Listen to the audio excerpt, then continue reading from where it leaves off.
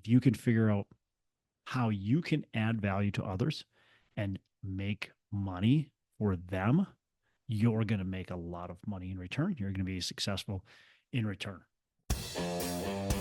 Hello and welcome to Pillars of Wealth Creation, where we talk about creating financial success with a special focus on business and real estate. I'm your host, Todd Dexheimer. Now, let's get to it. Hey, welcome back to the show. I'm your host, Todd Dexheimer, and today I want to talk about the 8 different ways or rules, really, rules that will help you create success, help you go from, being fairly broke or where you're at today, wherever you're at, to be able to become, a millionaire, get to where you want to get to, right? Create the life that you want to create. And so let's dive into those rules. And these are things that I have found to help me create success. And as I look at what other people write about, what other people talk about, other successful people talk and write about, including myself, this is a really common theme. When I hear what people, when I'm interviewing them over and over, they talk about, these are some of the big things. And so without, further ado, let's dive in. So first one is make others money. Make others money. So the important thing is that everything that you're doing, you're creating value for other people. You are making them money. So, I think about it, one of the ways that I make money in real estate, and look, it's been like this since I started. When I first started flipping houses, it was making money for my investors. And so I was making them money. And when I made them money, I then made money myself, right? So we do that for our apartment buildings that we buy in right now, our syndications. We are bringing in capital to be able to get those deals done, right? We're doing a $5.5 million raise right now. And with that raise, we are bringing money into this deal. We are able to then make money because we're able to get that deal done. We're able to grow our business and we're making the investors money. And so if you can make others money, that's going to make you money. You look at it as simple as flipping houses, wholesaling, all that kind of stuff. Look, when I've done some wholesales, some real estate wholesales. Okay, so what is the value there? The value is I'm finding something for really cheap and I'm selling it to somebody else so they can make money again, so they can make money on it. And that's how I'm creating the value and I'm making money. If you look at sales reps, if you look at affiliate marketing, all of that kind of stuff. So look at affiliate marketing, right? Affiliate marketing, I am trying to make a company a bunch of money. That's how I'm creating value and I'm making money off of that, right? Network marketing, that's same thing, built on the principle of making the company money, making other people money, right? And so I think if you can figure out how you can add value to others and make money for them, you're going to make a lot of money in return. You're going to be successful in return. Whatever you do, you sell your value, not your time. And so I think it's really easy to have, look, paycheck, right? Everybody gets a paycheck. If you can think outside of being able to get a paycheck, you're creating value and you're selling the value. And you can make a lot of money by being really good at things and selling that value. And I look at the most successful people, businesses, and they are selling value, right? They are not just charging by the hour. They're not penny driven. They are selling value and they're creating that. And they, by the way, they understand that what they've created or what they're doing, service, whatever it is, that it's worth something big. And those businesses that are successful understand they've got a good value proposition for people and they're going to charge you for it. It doesn't mean you have to gouge people and overcharge them, but you have to be willing to charge and you have to be willing to raise your prices. And so that's number three is raising your prices, creating quality. We want to talk about creating quality. So everything you do, you're creating quality, right? Create bigger margin for what you can do, and you will be successful. When I look at our apartments, hey, we can buy the apartments that aren't great, and that's okay. And we can make some money on those buildings. But when we truly create value and create quality, right, we can then profit much better on it. So when we look at our apartments, we're doing value add. We're going in those apartments and we're renovating them. We're making them beautiful. Okay, this newest one we're buying, it's going to be gorgeous. It's a dump right now. It's just a dump.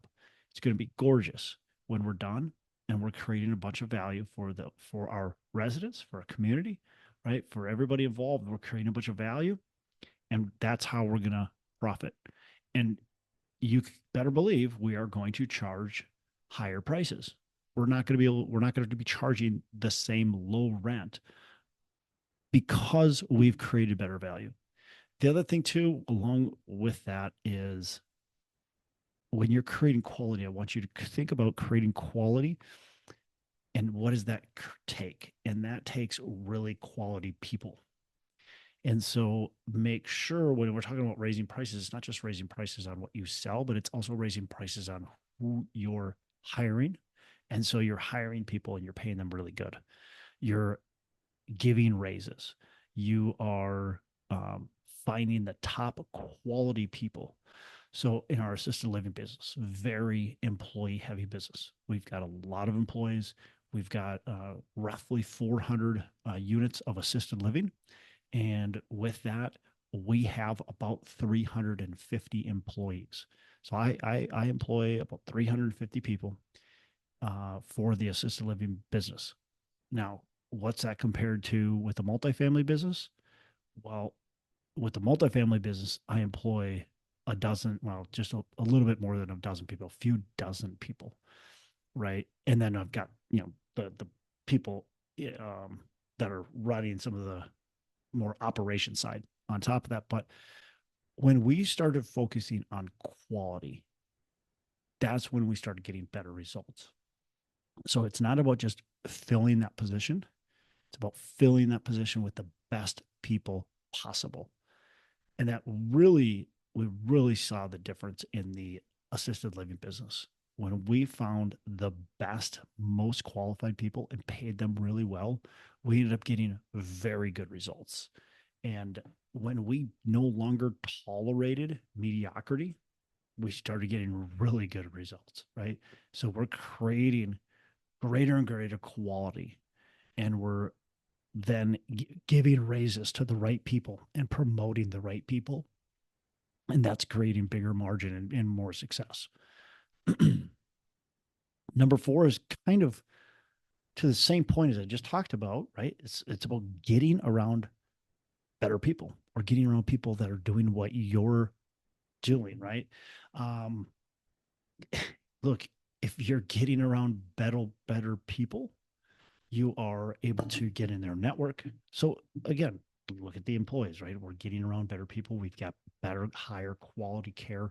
We've got uh, more margin that's coming in our business. We're creating a better and better business, and we're creating an environment that people want to be a part of. Okay, if you can get in we'll talk about outside of the employees. If you can get in with groups of people that are doing what you want to do or at a higher level than where you're at today, you will learn from them. One of the things that I did is, started really getting around people that are doing real estate deals, bigger deals than what I want to, right? And I'm reaching out to them and I'm asking them to go to lunch. A lot of times I got people that say, no, like I don't want to go have coffee with you. I don't want to have lunch with you, but that's okay. Because for every no I get, I keep on reaching out and I eventually get a yes, right? And it doesn't matter if I get 10 no's in a row, you just got to keep on reaching out. And eventually you're going to get some people that say yes. These meetings with these people, these being around these people, all of a sudden that one time is going to turn into something that's going to change the direction and momentum of where you are. So get around people that are doing things that you want to do that are very successful. You never know the introductions that can happen. You never know the relationship that can be built. You never know the value that person could add to you. It's easy to be with toxic people. It's hard to be with those people that are going to really lift you up. With that, model others and modify to fit you, right? So when I was first starting, in every step of the way, I would find people that were doing what I was doing or that was doing what I wanted to do, and I would model them. So when I was flipping houses, I was finding people that were flipping houses and I would meet with them and I'd walk through their houses with them and I would learn from them and I would model that. When I first started in apartments, I can remember when I first started in apartments, I met a guy and I was trying to talk to him just about what he was doing. And we sat down for a half an hour. He was awesome to sit down with me and we talked through kind of what he's doing in his business and how he got to where he was. And very impressive. And one of the things I asked him is, I said, like, how are you raising so much private money? One of the things he told me is he's got a podcast. And so I started a podcast, right? I modeled a podcast because he said that that was one of his ingredients to success, right? I modeled others. What I was talking, I've met with another guy who'd done some really beautiful value add projects in the Twin Cities. And I asked him, like, how are you successful? What are you doing? He's telling me, like, this is what we do. These value add projects, we renovate, we really just blow the top out of these. We make beautiful, gorgeous properties. And I said, okay, I want to model that. That's what I want to do. Right. And so I look at where I'm at right now today and kind of my strategy. And my strategy isn't necessarily what we do and how we are, is necessarily built off of one person. It's built off of hundreds of people. It's built off of books I've read. It's built off of people I've met. It's built off of all kinds of different people and what they've done in the past and what they're doing currently. And I take that and I model it and I modify it to fit. And I pick out the one, the two, the three things that I like about what that person's doing, the one, the two things about that person. And I said, this is the best, right? This is how I want to model my business. So I think that's super. When Tony Robbins, and I don't even think it's a Tony Robbins quote, I think it's somebody else, but Tony Robbins always says success leaves clues, right? Take that and understand that these successful people, they've been there before you. And so they've got some of the ingredients. Use their ingredients. Don't just start from scratch, right? They've got a recipe. Um, become valuable to everybody, right? So create value. Um, you need to somehow figure out, how are you creating value to others in whatever you're doing, right? So for us, how are we creating value for our residents? What are we doing for our residents that's creating value in the assisted living? Like one of or not one of our main goal is to add life to the years of our residents, not to increase their life expectancy. We certainly love that, but it's to add life, because a lot of times these people are, they can no longer live in their house, right? And so they're moving into one of our assisted living buildings. And a lot of times it's like they move into this assisted living building, they're just going there to live for the next 2 or 3 years to die. And that's a sad scenario for us. And we don't want to be like that. We want to be the place that they go to live. And so that's how we're trying to create value. When we look at our residential multifamily tenants, like, what kind of value are we bringing to them? These are people's homes, right? They go to work all day, they work hard, they got their paycheck, and they pay us a big portion of their paycheck to live in our property. So what kind of value are we adding to them. We're creating a clean, welcoming environment, right? We are taking care of them as much as we can. We're creating amenities for them. We make sure we have beautiful apartments and units, easy to communicate with, those types of things, right? What kind of value are we creating for our investors? A big thing that a reason that drives me to continue to do this podcast is because hopefully it's adding some value to my investors. We do a monthly newsletter that the goal is to add value to the investors. Of course, the value we bring to our investors is financial as well, right? That's a big, big goal. Our big push is we want to create as much profitability for our investors as possible. So certainly that's another big piece of value. That's the biggest piece of value we're bringing our investors, right? So how are you creating value? Entertaining, listening, solving problems, like what types of things are you doing to create value? So number seven, this one is tough in today's world, and that is focus. Focus is so difficult in today's world. And I was just listening to a podcast, and like that is probably so true. This nutritionist is on there, and he's talking about how we're very unfocused today, and one of the biggest reasons we are not focused is because of what we eat and what we put in our body. I don't know if that's true or not, but it feels true. And what we drink and so on. So when we're drinking whatever Diet Coke and eating bonbons and chips and processed ultra processed food, things like that, we're creating issues with our brain.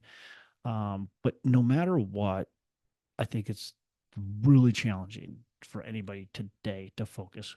We've got our phones with us 24/7. We've got social media with us 24/7. We've got emails dinging in the background 24/7. We got phone calls coming in, all kinds of text messages, all kinds of stuff. So we've got distractions like crazy. And then we've got, of course, our friends, our family, um, their hopefully not bad distractions, but those are potentially distractions. You need to, of course, not always be focused on work. So, they're not truly distractions all the time, but they can be if things aren't set up properly, if you're not focused the right way. And there's just so much out there that can derail you in your day. And so being able to focus is just so important. And then there's so many shiny objects out there too. Like, look, I know in real estate, I can make money a lot of different ways. I could start buying notes and do probably really well. That's one way. I can go buy office buildings. There's office buildings. Look, there was just an office building in Minneapolis that was sold in 2016 for $200 million. $200 million in 2016. It just sold for $6 million.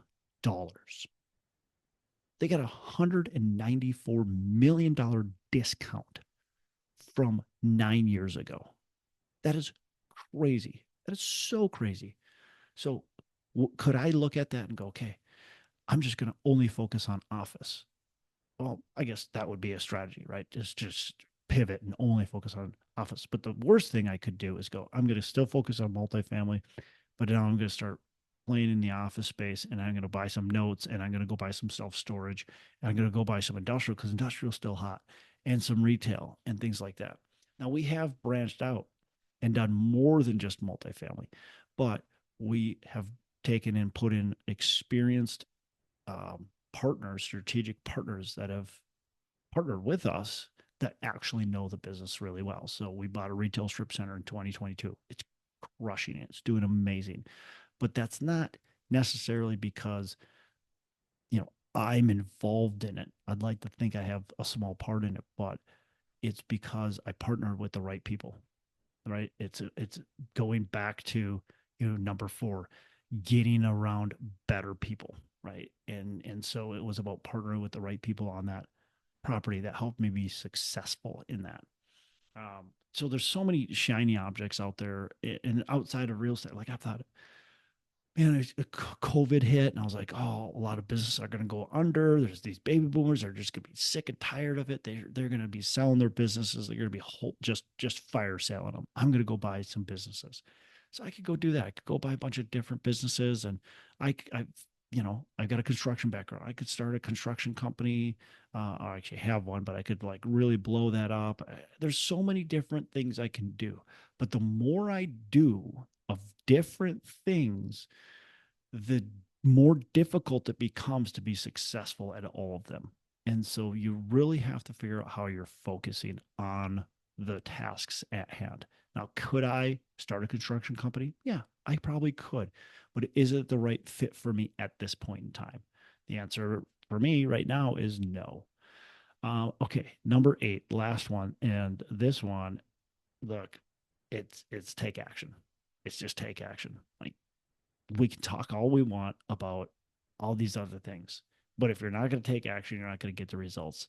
So, and by the way, it's take action before you think you're 100% ready. So it's ready, fire, aim. And now I don't mean just to go nuts and just do things without being prepared, but what the worst thing is overdoing it, right? You got to become a complete expert before you take your first steps. That's just not true, right? Kids learn to walk, by crawling, by falling, by getting up and trying again.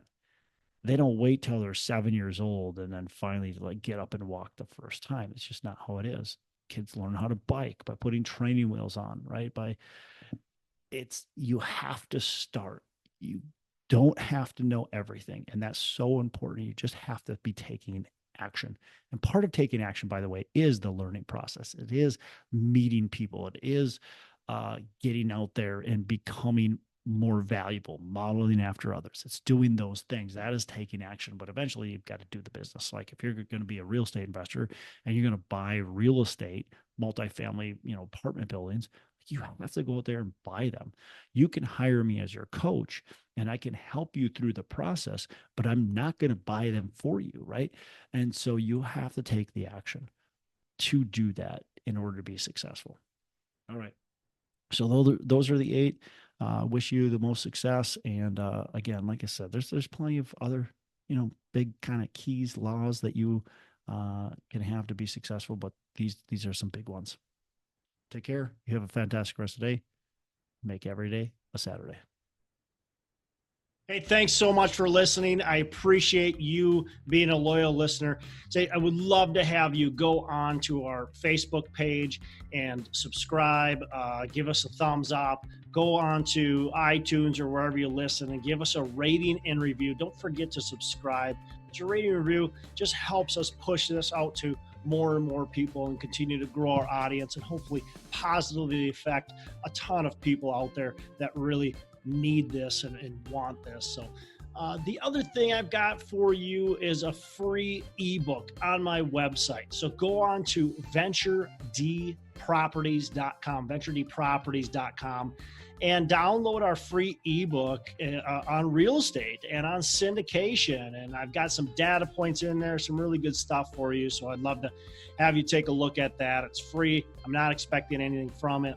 And also, look, if you want some help in multifamily, want some help learning, growing, getting your business off the ground, I would love to talk to you about what it would look like to work with me potentially and see if that's a good fit. So you can go to coachwithdex.com and check that out, and we can definitely have a call. Thanks a lot for listening. You make it a fantastic rest of the day. I'll catch you on the next episode.